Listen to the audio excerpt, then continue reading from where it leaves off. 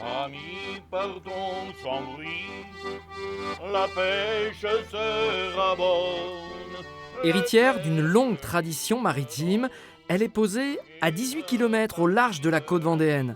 L'île-Dieu réserve aux curieux quelques plages très discrètes, comme celle de la Pointe des Corbeaux, située tout au bout de l'île, au sud-est. On la découvre souvent par hasard, par exemple au détour d'une balade à vélo. Elle est toute petite, c'est un peu encaissé, c'est à l'abri des regards. La couleur de l'eau est magnifique, donc non, franchement très bien.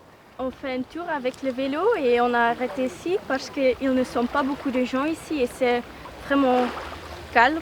Vous avez le vue par là et aussi le vue avec les pierres et l'eau et c'est bon. Nous n'avons pas ça en Belgique.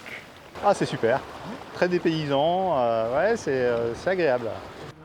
Agréable aussi cette Pointe des Corbeaux pour Marc et Patrick. Ils sont tous les deux natifs de l'île et ces deux copains se retrouvent ici avec plaisir, été comme hiver. Oui, oui, oui, oui. On l'a bien mérité. Allez, je rentre le premier.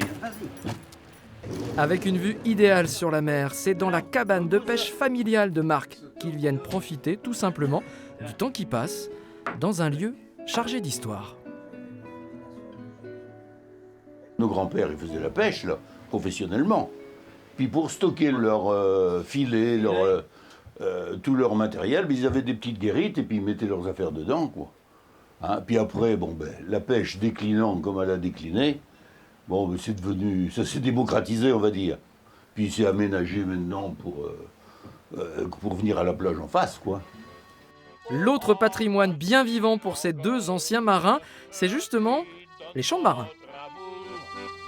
Pardon, la mer est belle, embarquons-nous pêcheurs, guidons notre nacelle, ramons avec ardeur. Pour notre plaisir et pour celui de quelques touristes de passage, avec ce mini concert improvisé, Marc et Patrick nous embarquent très loin, au large et dans un autre temps. Guide nos matelots, matelots.